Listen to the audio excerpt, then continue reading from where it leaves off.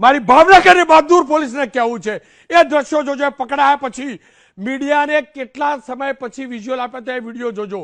એ video જોજો, મોઢું બાંધેલો એ વિડીયો. સામાન્ય સંજોગોમાં શું કરો છો?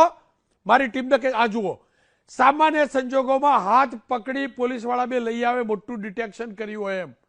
પણ આ પોલીસ પુત્ર છે ને એટલે શાંતિથી બેસાડ્યો છે, કારણ કે હોબાળો ન થાય, મીડિયા હંગામો ન કરે, એટલે વિડીયો બી આપ્યા છે. એટલે વિડીયો પણ આપ્યા છે એ ડરથી. પણ કેમ પેલી હાથમાં હાથ પકડી લાવવાના, ચલાવવાનો, આ બધું અહીંયા કેમ નહીં ભાઈ? કેમ નહીં? અને નથી થતું ને, એ ભેદ થાય છે ને એટલે જ શંકા ઉપજે છે.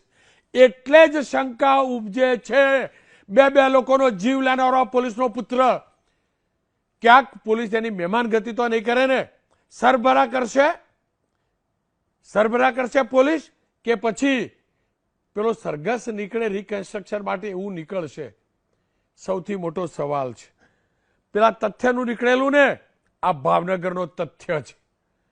પેલો તથ્ય કાળી રાત્રે હતો, આ ધોળા દિવસે રેસ લગાવે છે.